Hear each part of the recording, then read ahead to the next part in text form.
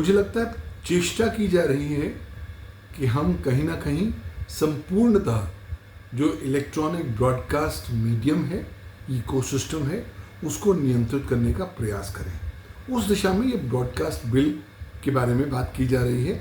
अभी तक उसका ऑफिशियल वर्जन पब्लिक डोमेन पर नहीं है, तो हम उसके ऊपर बहुत ज़्यादा टिप्पणी नहीं कर सकते, लेकिन जो चीज़ें पब्लिकली रिपोर्ट हुई हैं उससे एक चीज़ साबित होती है, क्या हम व्हील को रीइन्वेंट तो नहीं कर रहे हैं? क्यों? क्योंकि ये ब्रॉडकास्ट बिल ठीक वही पहलुओं पर फोकस करने की बात कर रहा है जो भारत के सूचना प्रौद्योगिकी कानून और भारत के सूचना प्रौद्योगिकी रूल्स 2021 के साथ कहीं ना कहीं कवर है। देखिए, भारत में जो भी इलेक्ट्रॉनिक माध्यम में जब कोई व्यक्ति कोई भी इलेक्ट्रॉनिक कंटेंट को प्रकाशित करता है, प्रसारित करता है या प्रकाशन या प्रसारण में सहायता प्रदान करता है, तो वो भारत के इंफॉर्मेशन टेक्नोलॉजी एक्ट 2000 में कवर हो जाता है।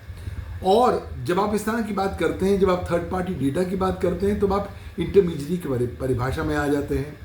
आईटी रूल्स 2021 ठीक इसी बात के ऊपर परिभाषित कर चुके हैं विभिन्न प्रकार के ड्यू डिलिजेंसेस। यहाँ तक कि अगर आप news and current affairs programs के पब्लिशर्स हैं या ऑनलाइन क्यूरेटेड कंटेंट के पब्लिशर्स हैं, तो आप पर विशेष प्रकार की नई ड्यू डिलिजेंस अब परिभाषित की जा चुकी है। आपको जो प्रेस काउंसिल ऑफ इंडिया के नॉर्म्स हैं उनका पालन करना पड़ेगा।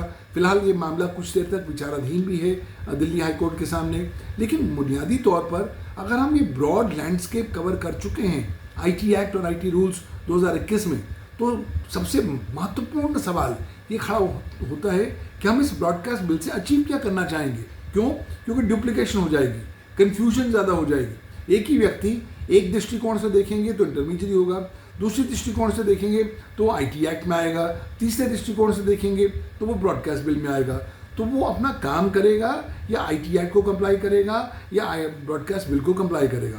तो कहीं ना कहीं जब आप इस तरह के compliance heavy driven kind of legislation को लाने का प्रयास करेंगे, तो कहीं ना कहीं जो प्रोत्साहन मिलना चाहिए इस सेक्टर को, वो कहीं ना कहीं रुक जाएगा, कहीं ना कहीं थम सा जाएगा।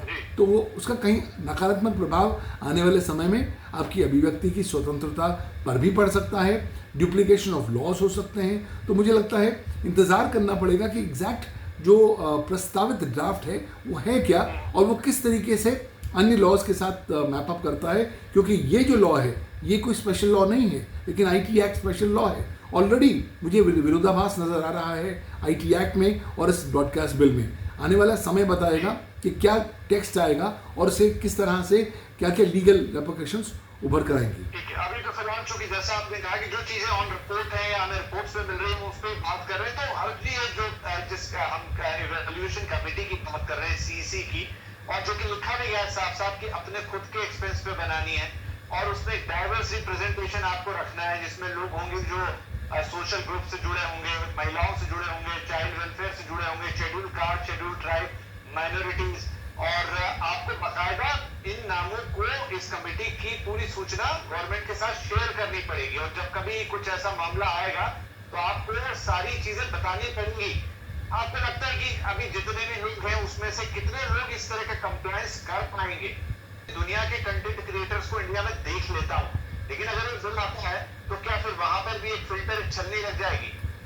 देखिए, छलनी लगाने की पावर तो सरकार के पास ऑलरेडी है, ब्लॉकिंग करने की पावर है धारा 69A भारत के इंफॉर्मेशन टेक्नोलॉजी एक्ट में।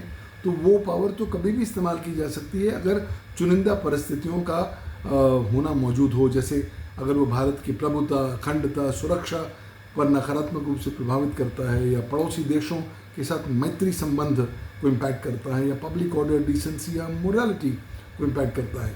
लेकिन मेरा मानना ये है कि हम जब ये कानून बना रहे हैं तो हमें कुछ बुनियादी चीज़ें समझनी होंगी।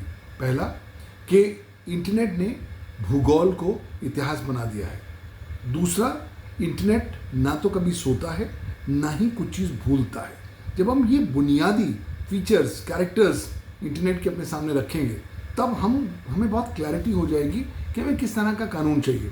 पहली बात आपको समझना होगा कि ब्रॉडकास्ट कानून केवल भारत की टेरिटोरियल बाउंड्रीज के अंदर लागू होगा, भारत के बाहर नहीं। दूसरी बात, इसका ये तात्पर्य नहीं है कि बाहर से ब्रॉडकास्ट होने वाले जो भी कंटेंट क्रिएटर्स का कंटेंट है हम भारतवर्ष में देख नहीं पाएंगे। अव्वल तो कुछ ऑब्जेक्शनेबल कंटेंट हुआ तो सरकार उसे ब्लॉक कर सकती है, लेकिन अधिकांश कंटेंट को हम देख पाएंगे।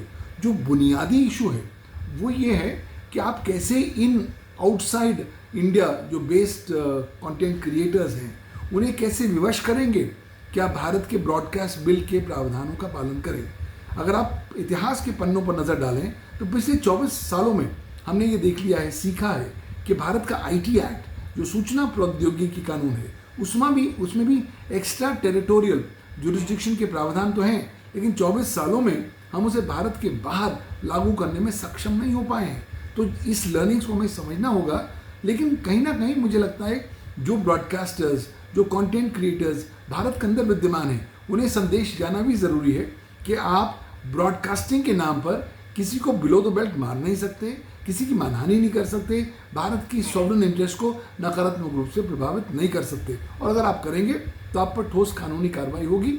अभी तक तो ये सिलसिला है, लेकिन अब एक और कानून आने वाला है, आ गया है, जिसके अभी रूल्स बन रहे हैं, जिसे हम digital personal data protection act कहते हैं। उसके तहत भी सरकार जो लोग उन कानून के प्रावधानों का उल्लंघन करेंगे उन पर 250 करोड़ रुपए तक का फाइन लगा सकते हैं। तो अलग अलग प्रावधान आ रहे हैं। मुझे लगता है जो भी इस स्पेस में हैं उन्हें जो इमर्जिंग लीगल डेवलपमेंट्स हैं उससे ज़्यादा साझा होना पड़ेगा।